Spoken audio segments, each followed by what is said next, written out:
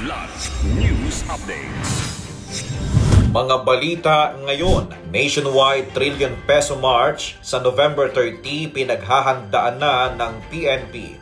AFP at Philippine Fleet pinatibay ang paninindigan, pagtatanggol sa bayan at panunumpa sa konstitusyon. Show cause order laban kay Senator Marcoleta ilalabas ng COMELEC. Ako po si Cesar Soriano para ihatid ang mga nangungunang balita sa buong kapuluan ngayon.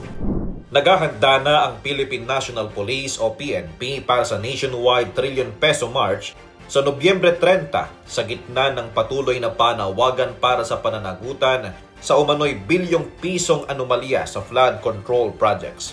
Ayon kay Acting PNP Chief Lieutenant General Jose Melencio Nartates Jr., gagamitin nila ang security template ng Iglesia ni Cristo o INC protest bilang batayan sa mas malaking kilos protesta.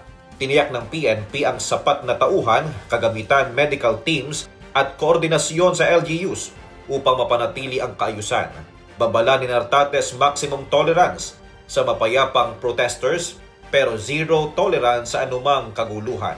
Nagpaalala rin ng PNP sa publiko na asahan ang trapiko, checkpoints at mahigpit na seguridad sa paligid ng mga rally site.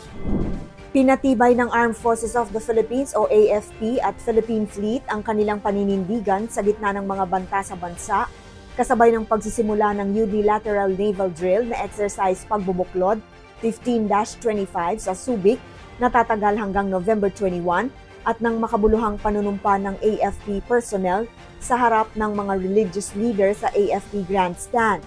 Habang sinubok sa anti-surface, anti-submarine, anti-air at electronic warfare ang mga unit ng Philippine Fleet, patunay sa paghahanda sa anumang external threat, sabay namang pinaalab ng mga panalangin ni Bishop Noel Pantoja at iba pang faith leaders ang panata ng tropa na manatiling non-partisan at tapat sa konstitusyon. Muling iginiit ni AFP Chief General Romeo Brawner Jr. ang tungkulin ng militar na protektahan ng soberanya, panatilihin ang kaayusan at manindigan laban sa anumang puwersang magtatangkang guluhin ang demokrasya.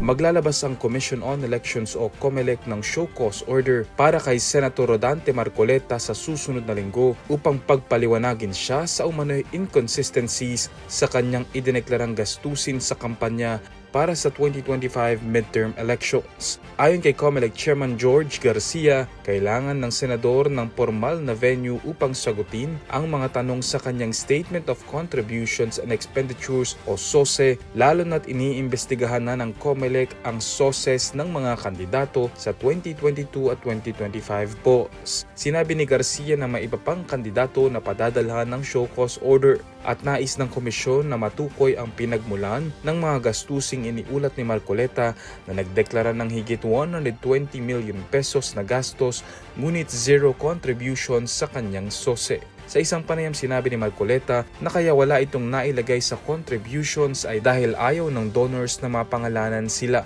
Babala ng COMELEC maaaring maharap sa perjury ang mga kandidatong magsusumite ng maling impormasyon sa kanilang SOSE. Ako po si Cesar Soriano, kasama nyo sa bawat pagputo ng balita.